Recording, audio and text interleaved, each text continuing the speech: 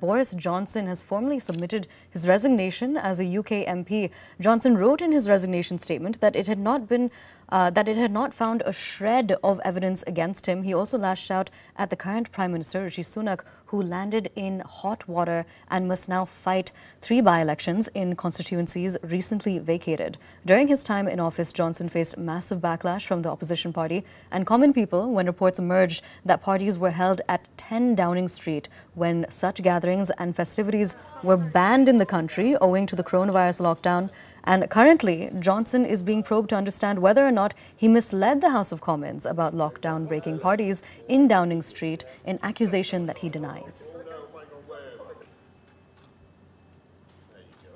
And look, when it comes to honours and Boris Johnson, look, Boris Johnson asked me to do something that I wasn't prepared to do because I didn't think it was right. That was to either overrule the HOLAC committee or to make promises to people. Now, I wasn't prepared to do that. As I said, I didn't think it was right. And if people don't like that, then tough. When I got this job, I said I was going to do things differently because I wanted to change politics. And that's what I'm doing.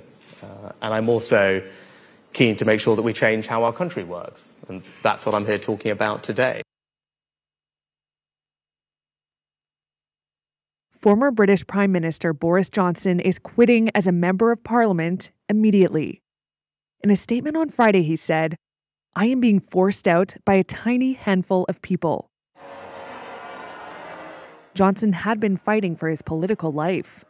Hasta la vista, baby. Thank you. His premiership had been cut short last year, partly by anger within his own party and across the country over COVID rule-breaking lockdown parties in his Downing Street office and home. And I want you to know how sad I am to be giving up the best job in the world. But them's the breaks. A parliamentary inquiry was investigating whether he misled the House of Commons when he said all COVID-19 rules were followed. If it found Johnson misled Parliament recklessly or deliberately, it could turf him from Parliament for more than 10 days. That could have sparked an election for his seat. Johnson said a letter from the committee made it clear that they were going to, quote, use the proceedings against me to drive me out of Parliament. He compared it to a kangaroo court. The buck stops here.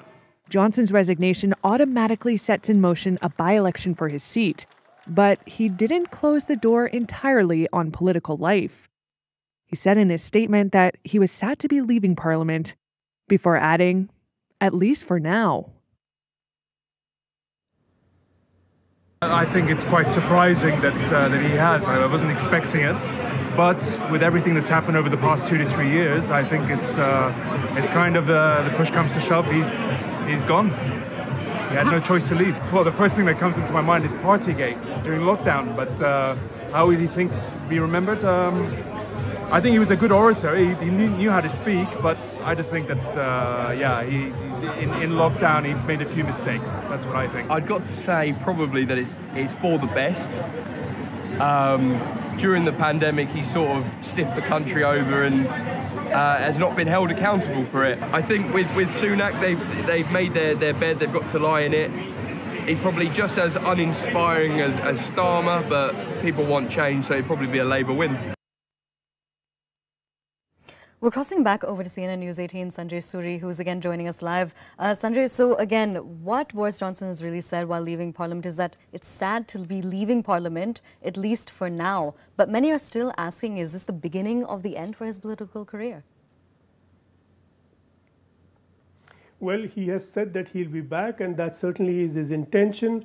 Whether it will really happen, whether the Conservative Party will allow it to happen is the question. And the Conservative Party, we must recognize, is working at 2 levels, at the level of MPs within Parliament, at the level of the leadership, and that is where there may be a move to block Boris Johnson from contesting another election, because it is at that level that they hand out election tickets. But there is no doubt at all that amongst the membership of the Conservative Party, Boris Johnson is hugely, massively popular, and they will have a strong voice.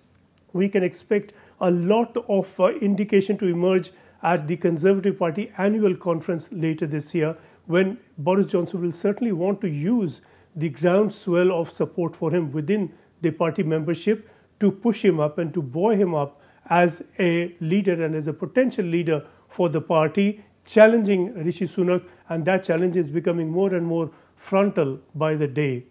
It is this annual party that will really provide the answers how far Boris Johnson can succeed in his bid and his intention that he has expressed to come back and be in politics again, contest election again, hope to get elected as MP again, and eventually to lead the party, and no doubt, as he plans it, the country itself.